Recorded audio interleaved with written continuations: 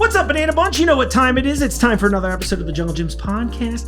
I'm your host, Mark. Welcome to the show. Let's get a couple quick things out of the way here before I introduce my guest today. Download the Junglejims app. You can get all kinds of fun stuff on there. Extra savings. You can listen to the 5 most recent episodes of the Junglejims podcast. You can look at the weekly ad. You even get early access to the following week's ad, so you can plan ahead a little bit. And I always want to remind you, too, I haven't talked about this much on here in a bit, but on Thursday nights, we open the Oscar Station here at the Fairfield store. And if you haven't been, it's cool. It's one of our event spaces.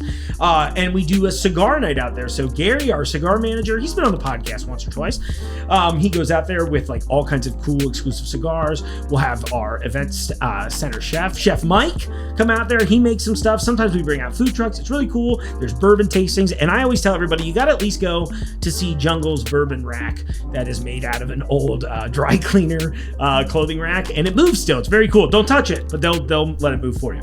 All right. Well, I think it's time to heat things up. Tyler, you came in. You crossed not just state lines, but country lines to be here today. That is correct. I actually think you might be my first international guest. Transatlantic. I love it. Can you say the brand name? Because I'm like, oh, I know how I say it, but I'm afraid I'm going to say it wrong. Yeah, a lot of people say Onima. Mm-hmm. I've heard a million different things, but Onima, that was my guess. Onima, that's pretty popular. Okay. But yeah, Onima okay. Pantry. We recently had to put pantry on it due to a cease and desist. So really, wait, yeah. I already want to hear. This is my Junglejims exclusive. What happened? What's the story? Well, we had a plan to do it anyway because this is phase 1, but we eventually do want to do more than hot sauces. So we're a pantry company. Sure. But yeah, we got hit with a cease and desist. A French company, this biotech company that makes yeast products or something. They had trust fund project, right? They trademarked Onima before us in the EU, and yeah, so they had trademarked it before us. Okay, you don't have to go too far. I don't want to get you in trouble. They're a much newer company than we are, but they beat us to the punch for the trademark in the EU. Yeah. Which is fine. So we went ahead and just trademarked Onima Pantry, both in the EU and in the US. And now that we are primarily in the US, all good. Cool. Awesome. Well, good. I like to start as many shows as possible with a war with the French. I'm just starting as much American history as possible. So wait, what does the name mean then? To be serious for a second. Long story. Yeah, I love it. I mean, look, Joe Rogan, dude, let's go. Perfect. 3 hours. Let's go. So Onima started as a way to fund another project. Okay. And that was called Amino. Mm-hmm. Oh. Backwards. Genius. Yeah. Love it. So Amino was a project that I developed out of COVID. You know, everybody during COVID was going crazy trying. Everyone was a sourdough bread baker. All that, like. Everything. So I really got into making amino acids, and you're familiar with the term garum. You know what a garum is? No, actually I don't. So garums, now it's loosely applied, but garums are basically the European equivalent of fish sauce. Okay. So it's, the Roman Empire, it's a Latin word, I guess. Yeah, so basically take a bunch of mackerel or anchovies, salt it, let it rot safely. Sure. For a year, 2 years, whatever. Mm-hmm. And then you're left with this free liquid amino. So what happened after that is the Nordic Food Lab in Scandinavia sort of took their knowledge from Asia using koji and sort of twisted it, but they're able to accomplish the same sort of like quote garum using koji in like an Asian method. And they that got pretty in vogue also around COVID with like Noma and Zilber and Rene Redzepi and all that. So I got interested in liquid aminos and started doing that. The whole project was based in Louisville, Kentucky. Okay. I was still living there. And I would I would take food scraps from restaurants. So like if an Italian restaurant was using like 4 blocks of Parmenite, I would take the rinds that they weren't using for stock, and I would add koji and salt and high heat and ferment that. And then, just like sell that quote waste product back to them so they can like incorporate it into risotto. But that's met with a ton, especially when you use like chicken bones or like beef scraps. Yeah. Like the FDA gets involved. Okay. There's a lot of red tape. Sure. So My least favorite color of all the tapes, dude, too. oh my God. So it's a disaster. So not only does it take forever and there's a ton of red tape, but it's just, it's very niche. Sure. It's labor, it's time, and there's like not a lot of money in it. Even though it's like a pretty cool, I think it's a really cool product that. Yeah. So, I mean, like 100% not how I expected the show to go already. I'm like, oh my God, dude. I'm like, I know what I'm YouTubing after this. 100%. So yeah, check out garums, liquid amino acids. So that's, sorry. Yeah. What do they taste like? So think of like fish sauce and soy sauce, but so like pretty pungent. It's not something you're gonna just like spoon out and eat on its own. It's a condiment. Yeah. It's a cooking condiment. Yeah, so that's where it started. And I needed something to sort of get some cash flow to develop this business plan. And I've always been interested in hot sauce. I've spent the last, 15, 17, 18 years in fermentation in the like beer and wine industry. And then, so I started doing hot sauce the day that we moved to Spain. Moved to Spain because my wife did her master's program in Spain, in Barcelona. And was walking down the street, saw a hot sauce festival, small. Yeah. And I checked it out and I thought, oh my God, like there's an opportunity in this market. Sure.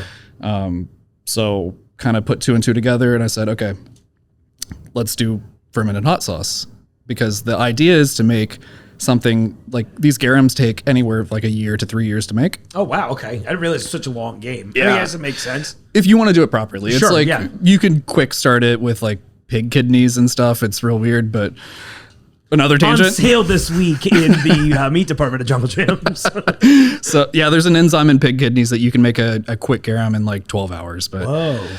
that's a whole other thing. Yeah. But yeah. That feels like a TikTok challenge. 12-hour garum, you know? Oh my God. then- That's a good one. When you come back next, we should try that. All right. I'm down. I would be fun. Now that I'm like, I wish I'd asked more in the past, rather. I literally would have been set up for it right now. I'm down.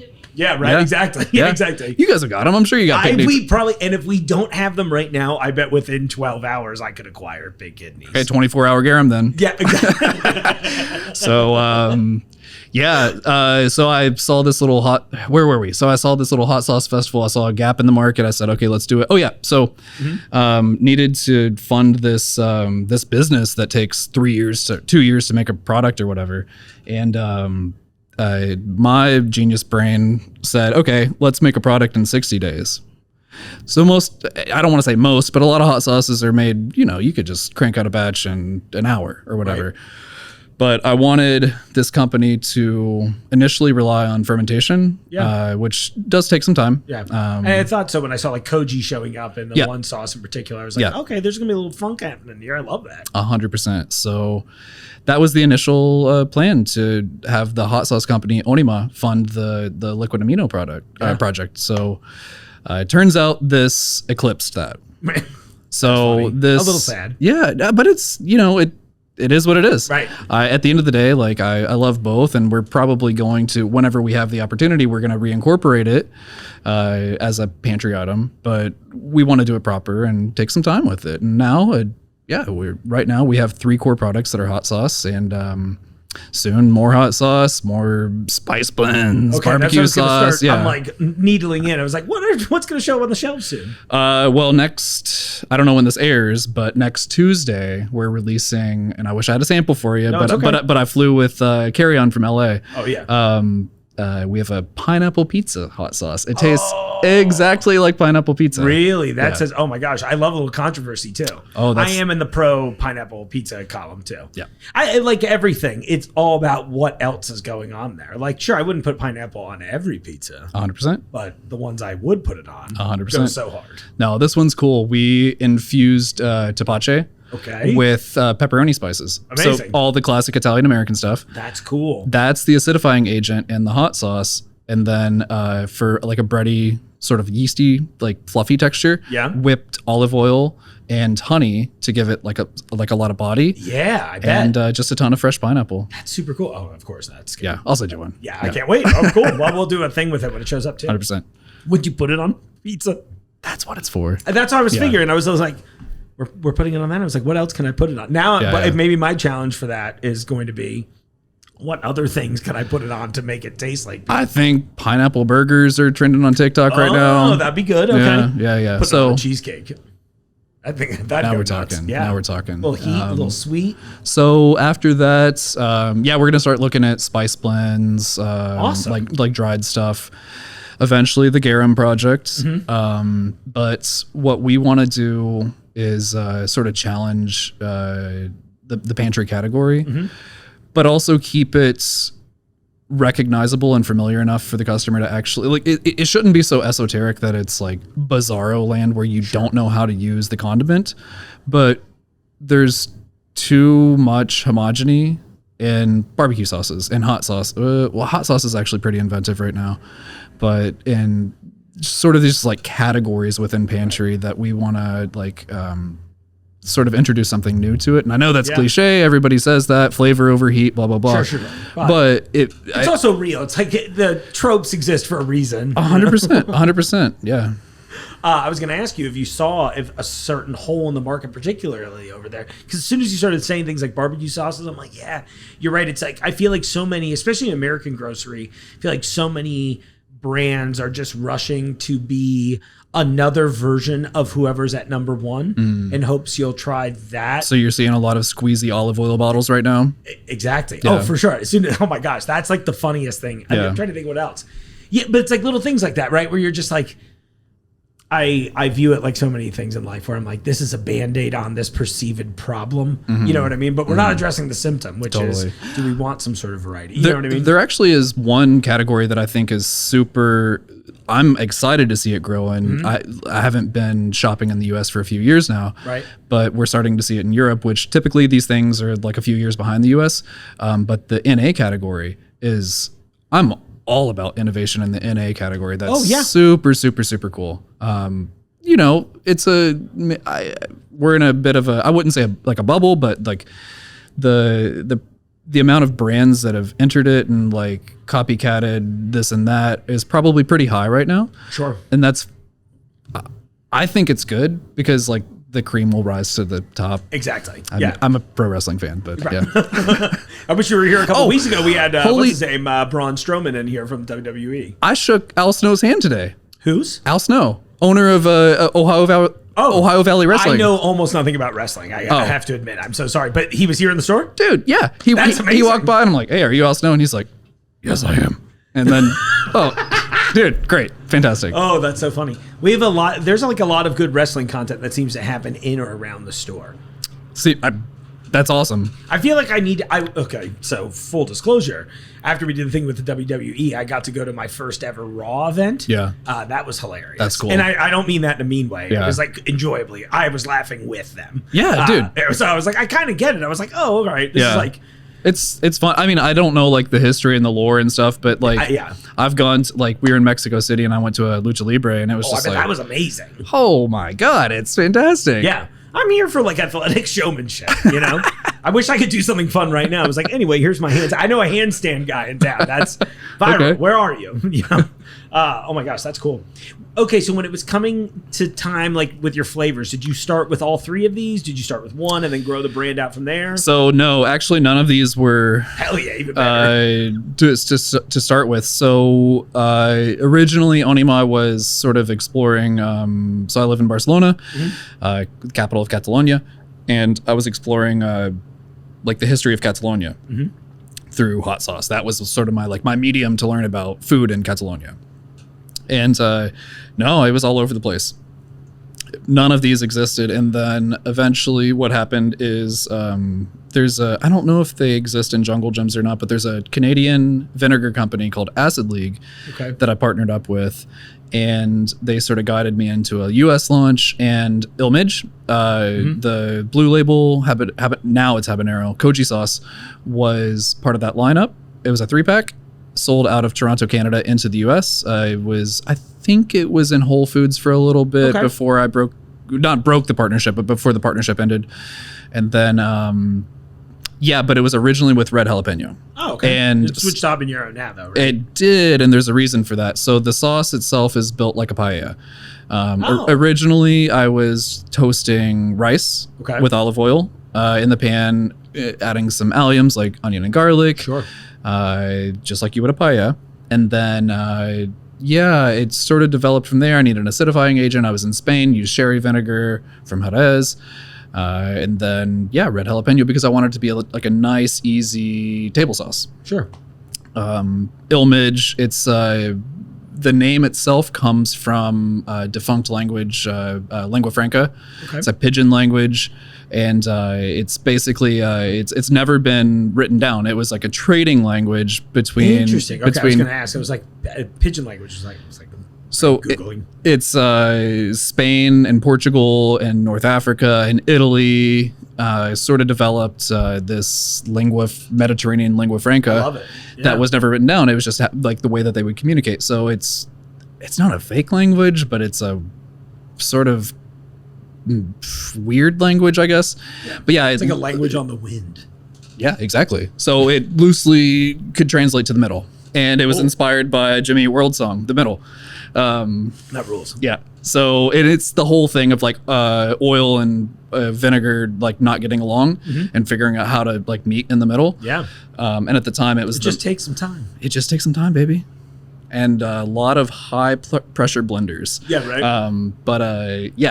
So that sauce has roots in the beginning of the company.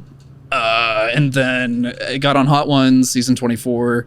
They requested a hotter version of it, which is why it's called Ilmage Plus. So sense. I just swapped out the jalapeno for habanero. Yeah. Done. What Sean Evans asks. I mean, I imagine, jump. You say yes. You say yes. So made it work. That was a big honor. We got on the show.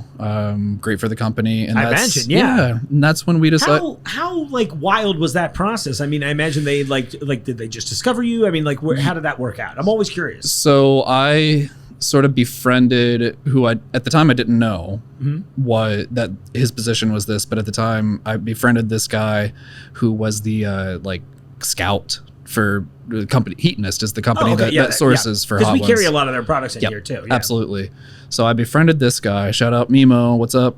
And I befriended him and kind of hunted him down. He was on vacation in Barcelona, and I sat him down and I was like, dude, you got to try the sauce. And a couple weeks, couple months, we kept in touch. And then at the time we were packaging in whiskey flasks. Yeah. And super cool because it's the only thing that I could find locally. For sure. And he sent me a message and he was like, hey, would you be able to put this one in the woozy bottle is the industry term for the bottle. Woozy. Love that. And I said, and then I was like, I think I know what's going on now. And I had no way to do it. I was making maybe 50 bottles a month or something like that. Right. And I just said yes. And he was like, okay, cool. How about Hot Ones? And I was like, yes. And he's like, how about, can you make bottles in batches of 12,000? And I was like, yes. Right. You're like, I will figure this out. Yeah. Totally. So, the whole idea was to make them in Spain and import them into the US, export them to the US. Right.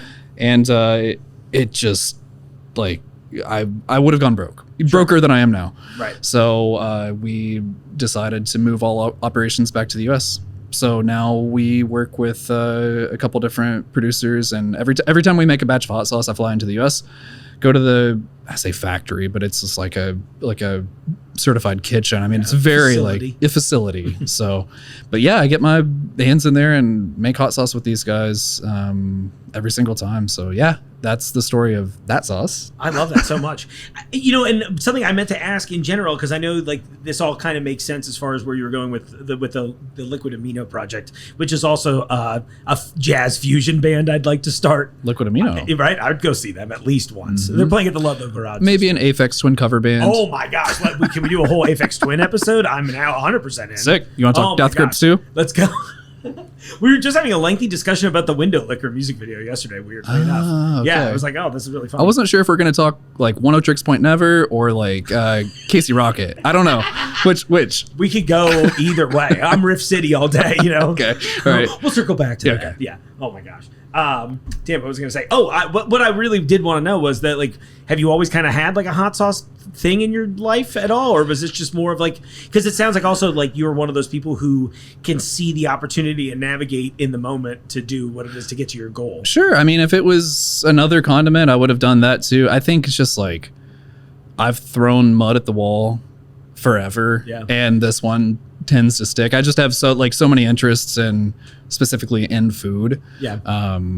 That, you know, I've not professionally tried, but I've just like been interested in like whatever, foraging, fermentation, Sure. like all of these things. And I mean, I've always eaten some spicy stuff before, but I think what you'll find in these sauces is that I'm not a huge spice head. So oftentimes whenever, not now because we're professional now, but when I was a little bit more low key, I would forget to write in the chili pepper in the ingredient statement because it's the last thing that I think about. I always build these sauces with a foundation Sure. of all of the other ingredients, and then I find a certain chili and an amount of that certain chili to sort of sit right on top of that foundation. Yeah. So for me, like I know hot sauce is all about, or the culture thinks that it's all about the chili. Right. I don't really think that way Yeah. about my hot sauce. I love that. And that's sort of like, we call it omnidimensional. So we have 9 flavor parameters that, you know, heat is one of them, piquant, and the other 8 are not related to that at all. And you can see it in the radial diagram on the front of the label. So each, there's small variations. And this is very abstract. Oh, that is cool. Yeah, no, but like now that I'm know to look, I'm like, Yeah. oh, cool. And this is I love a kind of open secret like that. It's not meant to directly inform you of like, oh, this one's going to be more smoky, this one's going to be more sour, more citrusy, more bitter, whatever. But it's a visual nod to the underlying philosophy of like how we design how we design hot sauces. I love the labels too. Thanks. I think I said that when I first got the original samples forever ago. That's my wife. Yeah. Shout out, Angel. Oh, thank you so much. How many- I love your work. How many shout outs can I do? Am I allotted You can like do as 3 many- shout outs maximum? So Honestly, I I'm did 2 this- out of 3. Honestly, we did a whole unlimited. It's like an all you can shout out plan right now. Okay. This is like the K barbecue of shout outs. Do you mind if I open one of these? Dirt. Yeah. Go Figure that's for why it. they're here. I brought spoons out in case you want to taste with me. Now that 100%. you don't know what they taste like, but I imagine if anyone in the room really knows. Yeah. I mean, Well- it's always QC. I got to check every bottle. Of course, So. yeah, that was a good time. I think I told you I loved so much. Oh my gosh, this is the first time I've ever Is opened that a bottle. is that a Lemino t-shirt or a sweater? Operation Mindcrime, Queensryche. Oh. So I went full 80s concept record last weekend. And I was okay. like, oh, perfect. I have now one shirt that kind of matches my gold short shorts that no one can see. I'm unfamiliar with that. Do you know the channel Lemino? No. The I'll send it to you after. Yeah, please It's do. sick. He goes. I have a feeling it's going to be up my alley. I discovered him on the Cicada 30 or what? Oh my god, what is it? 3031 thing, like the most famous ARG of all time. Oh, yeah. Okay. Yeah. What It's is like that? It's taking not- me a second. I was like, what It's was not it? 3031, but anyway, yeah, cool. wanted to- Editing. I wanted Shout to- out editor. Yeah, right. I'm leaving it in. I want to do a Junglejims ARG so bad. So I tried. I had an ARG hot sauce. Did you really? Yeah. What was that like? Oh, yeah, I got you. I'm jumping in on Il Midge Plus. Let's go. Yeah. Now, it's funny when you started saying this and you were talking about how the chili wasn't necessarily the guiding light in it, was everything else. It started coming together in my head because like when you first sent the samples, we loved them all, but we almost instantly went through the Lemon ginger. lemon ginger jerk hot sauce. That has been, and I do not mean to exaggerate and say this, of all of the samples of anything that we've ever gotten here, I think that's like the first thing that went in like a few days. Nice. Yeah, because I mean, you can look, I've got my secret rack back there where it's like all I saw kinds it's of stuff. gone. Just- It's yeah. not there. Yeah. No, it's amazing. I've got the other two still that I still use, but it's like we burned through that in like days. It felt like it was great. Nice. This is awesome. So yeah, originally this was co-fermentation with the koji and the chilies, but I didn't love it because like koji contains enzymatic properties that assist in breaking down fermentable sugars, which of course your first inclination if you're fermenting chilies is toss the koji in there as well. Okay. It's going to become more umami, more savory, Sure. all this stuff. But I didn't love it because that wasn't the goal with it. So I'm actually using koji rice, like I mentioned, as like building a paella. Okay. So Yeah. toasting it in olive oil, getting it nice and roasted. I found that I preferred that flavor a lot Get that more. like kind of earthy roasted note for sure coming through. And then you've also got a ton of smoked paprika in there and these onions and stuff. So like, I don't really think that it needs like a dank note on top of the savoriness, but Sure. yeah, that's the sauce. I love it though. Like the way you described it earlier as being like you wanted this originally to be like a table sauce. This is something I feel like would be so versatile with so many things. Totally. You know, one thing I feel like should get lauded too, and this is one of my favorite things about your packaging as well, is that you list heat, savory, and acid. And it's the same three on all the bottles, right? Correct. Such a great note because, like, you know, a lot of bottles will put like, all right, here's what we're thinking the heat level is. And that's helpful, no doubt. But I love this too because it did give me a good way that I could even, without having somebody taste it, be like, look, this is kind of what you're looking at here in a way that, you know, makes sense. It's too much to actually put all 9 parameters on the bottle. So each of the 9 parameters is broken into 3 categories: heat, savory, and acid. Okay. And then there's variations of heat, variations of savory, or savory, and variations of acid as well. I always love trying to open bottles on the show. It's been a weird thing where I'm like, We've- oh, that one went well. Never mind. So We've changed the shrink capsules now to a matte one that's much easier to rip. So, awesome. Well, yeah. in the future, I appreciate it. I'm thanking you now. This is the Cajun sumac. Oh, yeah. I Yeah, remember so this now. a lot of white distilled vinegar, 70%. This is made in the Tabasco style, of course.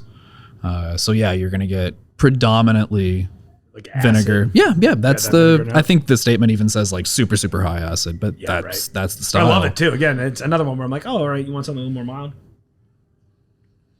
And I think of it more of a seasoning sauce than a hot sauce. It's you got like a club sandwich or a hoagie or something that yeah. needs a little bit of a bite and a zing. Damn, that's a great use for this. Yeah. I didn't even think about that. Yeah. Oh man, we make so many sandwiches in this office too. That'll go crazy. Yeah. I think it plays super well with like especially Italian sandwiches. Yeah, I could see that. It's kind of got like a somewhat similar profile. Although I get it with like, what am I tasting in there? Garlic, onion, obviously. A little bit of the thyme, maybe the oregano, maybe is that popping through? It's delicious. Totally. This is like classic Creole seasoning. The sumac doesn't belong there, other than Yeah. it just tastes good. Yeah, I agree. It has no historical, geographical reference whatsoever. It just tastes good in the Sumac rules. sauce. Yeah. But yeah, it's like the reason that I thought it was interesting to bring this particular spice blend to this sauce is because initially I wanted to make a herb de Provence sauce. Okay. Oh. But then I was that would have been crazy. I know. You should Well, still make that. it's in the Okay. works. Yeah. But Jungle Gyms exclusive. but I was kind of like tracing back like herb de Provence, and we took a trip to Provence, and then I looked like a lot of those people got expelled from France to Canada. Really? Yeah, so that blend sort of like twisted when they got to Canada, and then they got expelled from Canada. So when they got expelled from Canada, they literally just walked south until they couldn't anymore. Then they wound up in Louisiana, and that's sort of like tracing back, like that's why thyme is in there. Like this, like it's Cajun, Creole. I mean, they're very different, but Sure. for all purposes, I know everybody like, gets really worked up about it, but I'm kind of like, hey, everybody, there's like a finite number of spices on the planet. totally. I mean, There's going to be some crossover. It's and fine. it's not that different than if you see like sumac used alongside thyme in the Middle East as well. Well, Like, that's what I was it's- going to say. I was like, when I saw Mediterranean oregano, I was like, sumac's over there. It's like in the family. It makes sense that it could show up to the party. 100%. 100%. We're inviting the Egyptian cousins. 100%. I'm going to, I say this for last because I knew I was already going to love it anyway, but this goes so crazy. I know I said this before, folks, but for real, this went so fast. It like altered what we were making for lunch in the office. So if you're looking for this, if this flavor set sounds good to you, please try this. I think one day I caught Lucky drinking it by itself. Sorry, Lucky. A fiery blend of zesty lemon, spicy ginger, Scotch bonnet. Ah, okay. That Fermented Scotch bonnet. Color too. Shout out Lucky. Yeah, we love Lucky. How many? We need a couple more shout outs before we shout out Jungle. Oh yeah, it's got that like a lot of body to it too. Yes. Yeah. So it's predominantly unfermented, fresh yellow bell pepper. Okay. I originally played around with charring them on the grill, but again, just like the koji sauce, I think that a lot of the techniques that sort of you initially come across, you're like, oh, it's like a jerk sauce. Of course, it plays well with like a charcoal grill. Mm-hmm. I think sometimes whenever you create something and you ideate something, you need to like actually take a step back, because at least in my tendencies, I'm like, if I go with a concept, I go down the rabbit hole and I go too far. So I need to develop all those ideas in the rabbit hole, pull back and actually take something. So the charred yellow bell pepper, I think, would have been too heavy-handed with it. So I went with fresh. Yeah. And then again with the fermentation, the Scotch bonnet, that's the only fermented product in this, because there's some that's the only fermented thing. The lemon juice is pretty upfront. It's bright. A lot of these jerk sauces are like darker and more, again, the word dank. Right. But I wanted to make something a bit fresh. Honestly, it's super inspired by Queen Majesty's jerk sauce. Oh, I don't think I've had that before. It's fantastic. Okay, so theirs is a little bit more spicy. I think they also use Scotch bonnet. But if you look at the recipe bill, the ingredients, it's pretty similar. But somehow they're very, very different sauces. I love that. And you mentioned the brightness. That was, excuse me, one of the first things I noticed, because you do get that like lemon, ginger jumps right out at you immediately. It's a familiar but also brighter experience. Yeah, as soon as you mentioned that too, because I'm thinking about all the jerk sauces I get, there always are very dark and rich and still delicious. Don't get me wrong, but this is like, similar yet obviously different. Yeah, I think so good. The goal is I wanted to make something that could be used in a marinade, but also as a finishing sauce for the grill. Yeah. So I don't know, like split a lobster, do some chickens, like whatever. Yeah. Yeah. That's what we were doing at first. We were just like, all right, they had like some pre-grilled chicken breasts over there. Like, great, warm those up in the air fryer, put a little on here, boom, good to go. Done in minutes. It was so delicious. Oh my gosh. Well, now I know. Now that I have a new fresh bottle, I have a feeling I know what the menu looks like. Well, I can't wait for your future products too, obviously. I mean, you've got so much cool on the pipeline. I could sit here, I feel like, and pick your brain for hours about all of that. We really should try to make it a 12-hour garum next time, for real. I'm down. I'm serious too. I'm like, I'll play them better. I won't get, well, I'll tell you why everything's been flustered lately, but once we're done recording. But I won't have that. Hopefully he won't have that happen, or maybe it'll hopefully always happen, but not leading up to your trip back to the States, so I don't. That could be super cool. I've always been interested in these, like, I don't want to call them dumb ideas. It's just other people call them dumb. Yeah. People get a little twisted on dumb being such a negative connotation, but it's like, if I said silly, would you feel bad? No, probably not as much. And to me, they mean the same thing in this context. I used to do like takeaway food pop-ups, like I guess it was during COVID. Yeah. And it got pretty experimental. The venue shut me down once. I wanted to, like, the dumb idea, maybe actually this is dumb, but I wanted to bring in a hog and kill it and butcher it on site. Okay. For dinner in the back patio of a bar. Oh my God, I was told that's not okay. Yeah, they're like, it's a little too visceral. Some people will stay for it. Yeah. It's how the industry goes. We're just right now pretending it's not happening. You're like, oh, weird. I wonder how that showed up. Yeah. Yeah. I'm done. I don't even know how to close after that. To be honest with you. So no killing of hogs in the studio? No, I mean, honestly, I think John would be like, don't screw up the carpets. Okay. We'll stick with I got a room for it. Yeah. We'll stick with the 12-hour garum. Yes. Okay. Well, this time, who knows? Maybe it'll go so crazy. Look, we'll already be playing with pig kidneys. Yeah. Perfect. It is perfect. It's just a regular Tuesday day. I mean, it's fine. Yeah, exactly. To them, it was the most important day of your life. To me, it was Tuesday. Tyler, anything else you want to tell the people? Anywhere you want them to follow you on social and all that kind of stuff and keep up with the adventures? Yeah, I mean, we've got an Instagram, onima.pantry. That's ONIMA.pantry. We sell online. I'm not sure when this comes out. Gonna be doing some events in Louisville. Those are coming up soon, though. Yeah, next week. So it probably won't be out by then. But, it might be. I'm trying to figure out my. I'll explain. Okay. Afterwards. Yeah. This is actually kind of good timing. Fair enough. But yeah, and then headed back to Spain after a couple weeks here with the family, and then That's awesome. Well, congratulations. I'm glad we finally met in real life. Well, thanks for coming in on Saturday, dude. Anytime. It's my pleasure, truly. Awesome. Well, wish you the best. Everybody come buy all these sauces. We got them in the stores. You heard where to follow them. Tyler, thank you again, truly. Shout out, Mark. Shout out, Tyler. Shout out to Spain. I really want to go to Barcelona. I'm going to be in Ireland, in the next few days. Oh, sick. Yeah, so we're just trading places. So, Okay. Yeah. Sick. If you want to watch my dog for me. You're like, yeah. I was like, you already have a cat. You're like, anyway, on that, everyone, I really appreciate you watching the show. Thank you so much for all your support. Make sure you follow us on social media as well to watch all the short, weird stuff that we do, clips from the episodes, all that kind of stuff. And in the meantime, I'll see you out there in the aisles.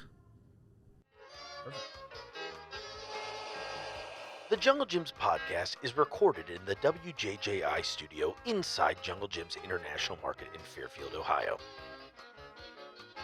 The Jungle Gyms podcast is produced and hosted by Mark Borison.